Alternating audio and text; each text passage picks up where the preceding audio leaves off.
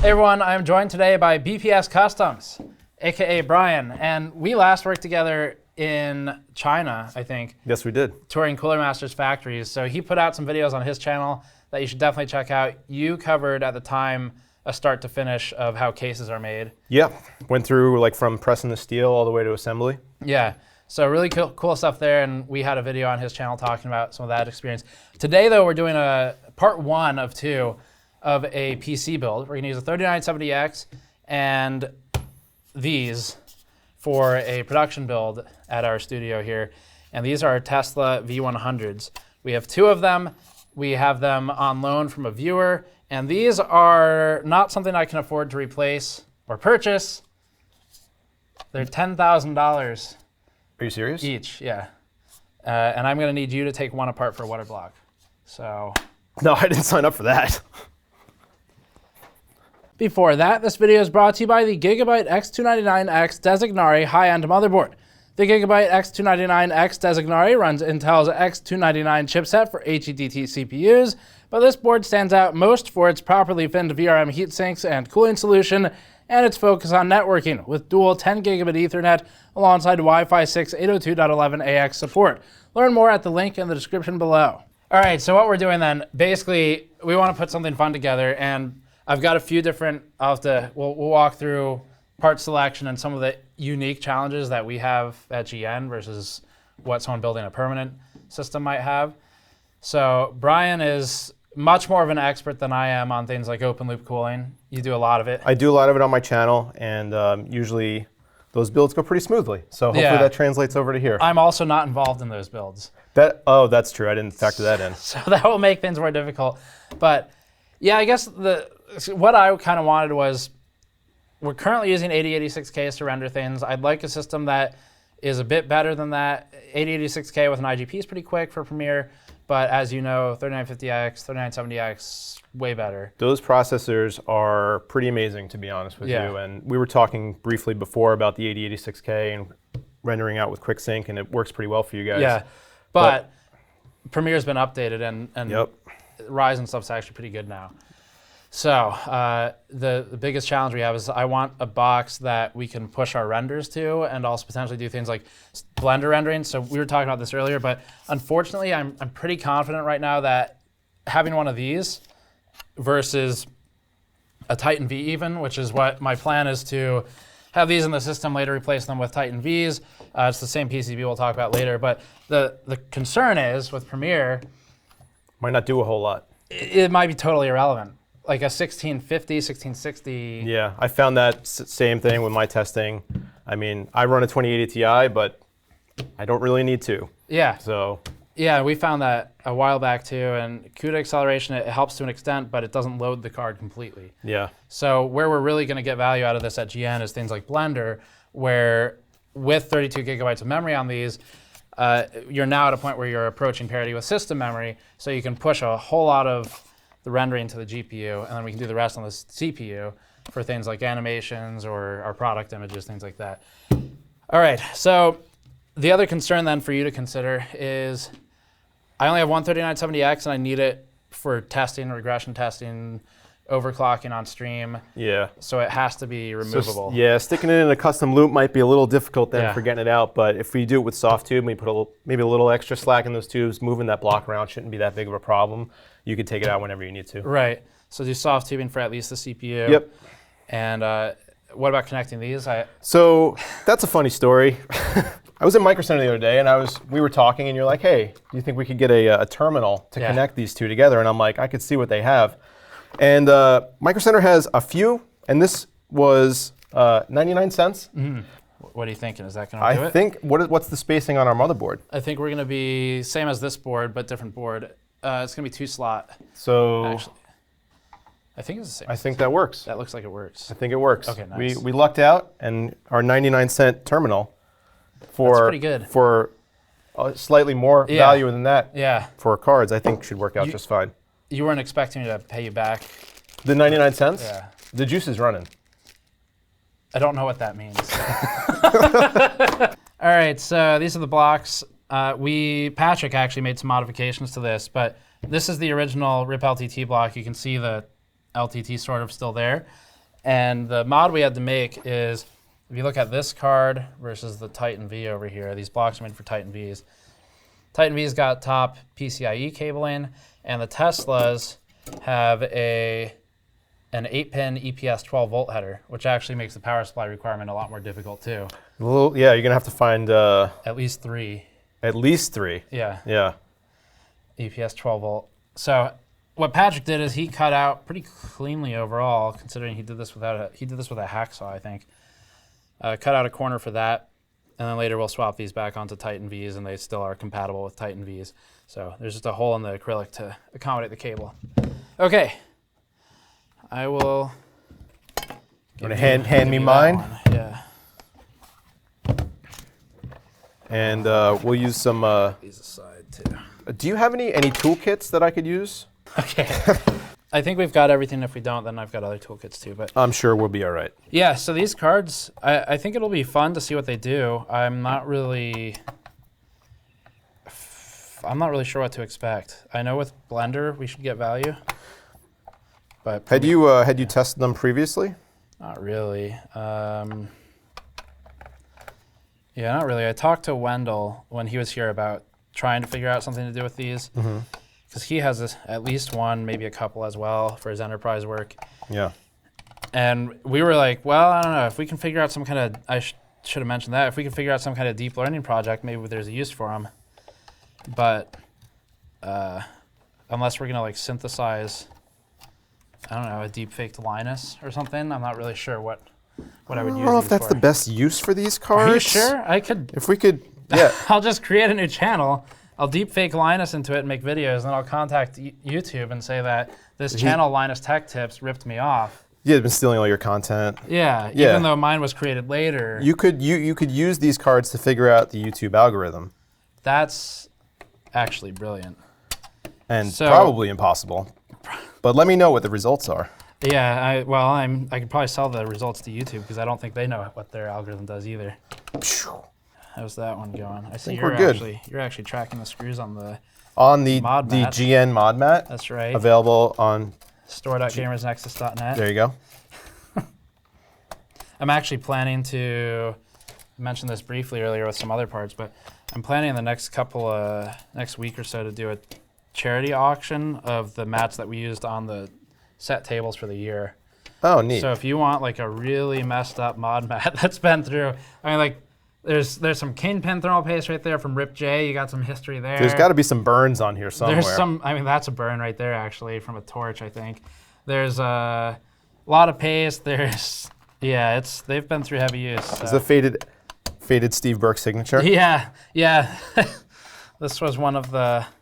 We needed a mat one day, so I just pulled it out of the signed pile, and then I was like, huh, that seems extremely pretentious. Yeah. Have my own signature. Little full of yourself there, bro.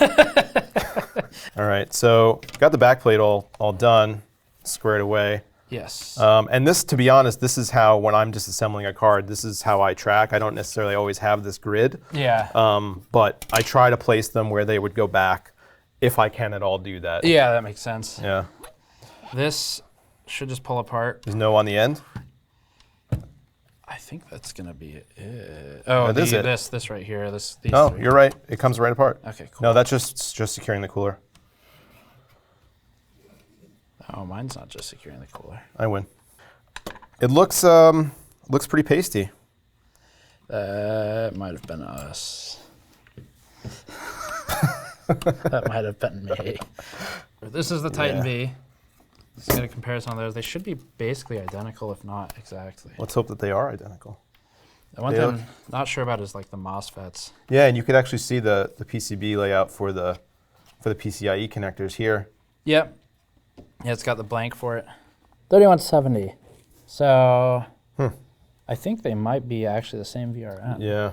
Which is pretty cool. Looks really, if anything, it's just super similar, but the layout looks. So I think there's a difference over here actually.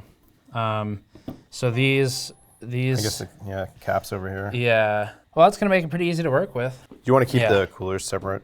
Like, do you want to try to peel these off, or do you want to do that? We should try to preserve the pads. So if we just pull them off the cards and put them back on the cooler, I think. Okay. Do you have tweezers or just like some kind You of... mean, here's some tweezers. Thanks, I need these for the pads. You could use them like chopsticks. Got that. Yeah, got that no, I got it. This will work. Yeah, no, leave them on there. Oh, Let's I'm pull sorry, it I off don't even know here. what I'm doing. Don't put that on camera. I don't know how to handle this flow. I brought you in for water cooling. You don't know how to handle. Different kind of flow. Oh, okay. You talk to your doctor about that? I have actually, it's a problem. So these, if you're watching this and you want to know more about the PCB, I'm pretty sure we had Buildzoid do a PCB analysis of the Titan V back when it was new.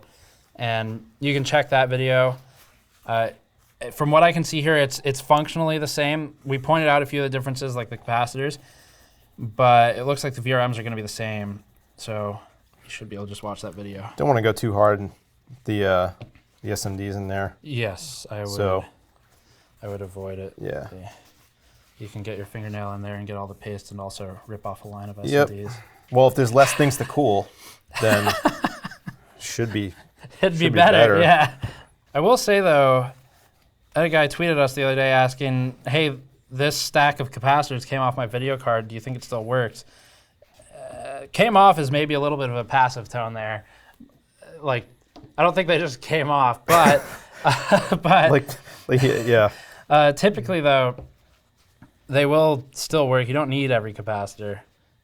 But Same thing with CPUs. Like I've heard stories of delittings gone wrong where somebody ends up with a handful of SMDs and the CPU still powers on. Yeah, we took a cap off of one of ours in a delitting process and it still works. Yeah. It still overclocks the same. That said, if you're... I mean, the goal is to not do that. Just ideal. Yeah, it is ideal.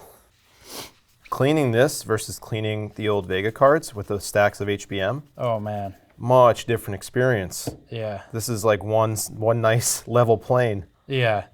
Well, that was the problem with the Vega cards too, is people would dig their fingernail in between the HBM and the die, and then you could damage it that way. Well, the cooler height mounting was a problem. There's a disparity. You had to like layer on the paste sometimes. Yeah. So wait, so what is this? This was in the box. So this is from Wendell, from Level 1 Techs.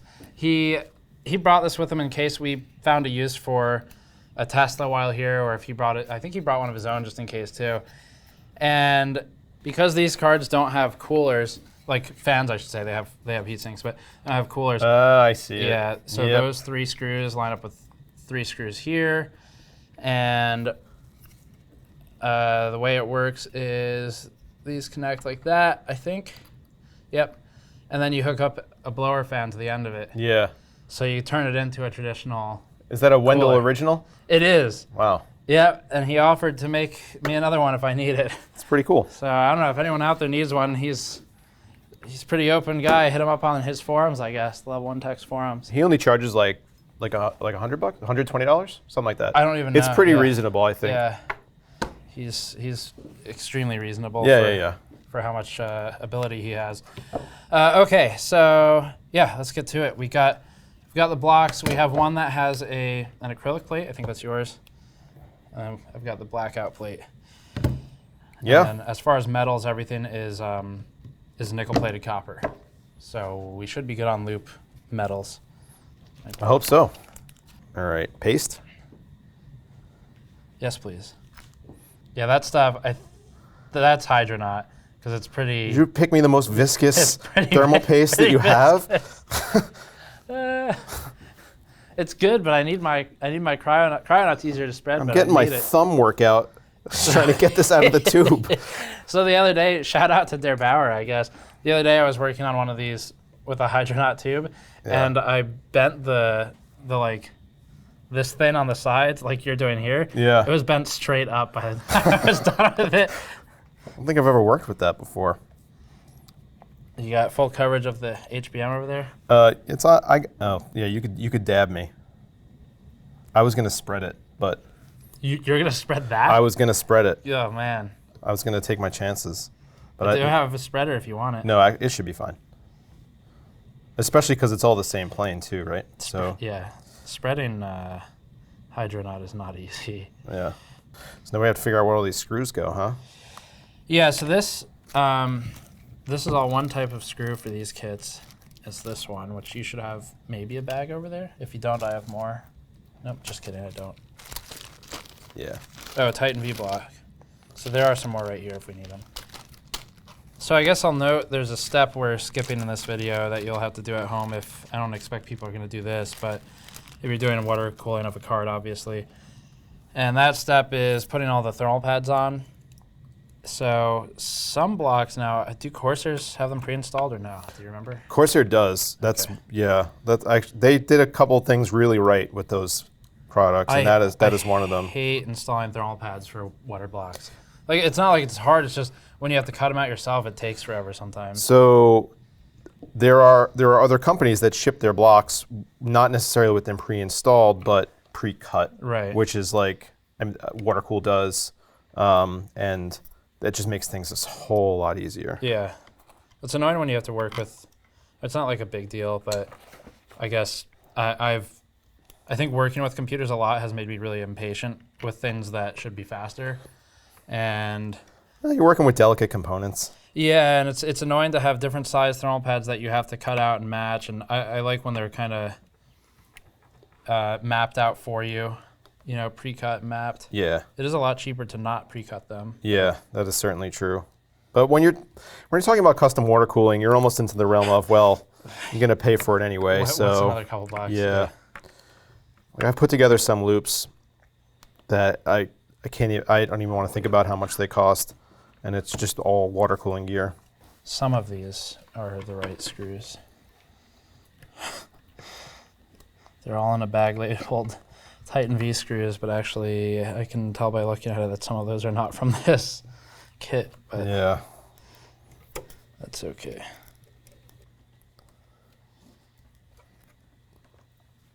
The plastic bag is optional, the tape is not. It's to protect the thermal pads from the heat, right? So I think your whoever told you that is really wrong. Oh. Really, really wrong. Oh, okay. The tape I've been saying that on videos for like You might want to go back and like check those. But this is fine. This is you want to leave. Okay. Right. Because it could scratch and the surface. The extra screws that are like spare That's parts. optional either. Either way. Either way. Oh, it's like a spare tire. Okay, got it. Yeah. Why don't you work on this for a second? Yeah, sure. Okay. That needs a backplate. Well, like I'm just trying to figure out like what exactly is going on in there that's causing this not to different catch. Different set of eyes might a switch. help. Oh, now I just have the backplate to do. I'm really good at this. Oh, wait a second. It looks like there's a. So you have a receptacle. I'm missing one. I don't think that it's where that bump is. Yeah, I don't think anything came off. Okay, switch back. It's just gonna rattle out. Yeah. Short out all the components. Yeah, when it shorts something out, then you'll know. I think I have some spares. In search of nuts. There's one right here. Yeah, I got it. I think this will work. There's 2 nuts right there. Here's a bigger nut. The problem with YouTube is that sometimes I do actually have to use the word nut to describe a piece of hardware, like right now. Right. And I try to find words other than that to describe it because the comments will all timestamp it, be like, lol, he said nut. And so then you start finding other words to use, and then the comments become, Steve, that's not what it's called. It's like, I know, but. Is this the right one? I wonder if this is that piece right here. Look at that. Wow. That looks kind of like the that's thing, exactly right? what came out. I mean. Well, it's not floating in the card. It's not. Nothing's touching. So that's where you use the short screw. Short screw and the little nut. This one? Yeah, yeah.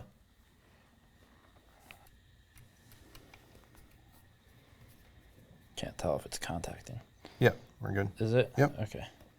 There you go. Oh my God. Don't. Are you sure that you want to be here?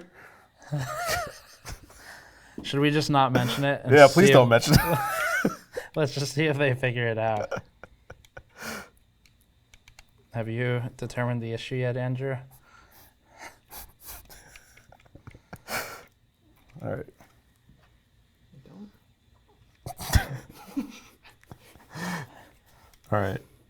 put it through. Oh, you can see right there. Oh, yeah. This one. Oh, yeah. I don't know about that.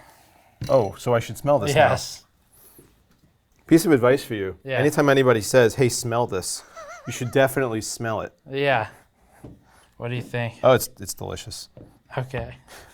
I don't know what that means.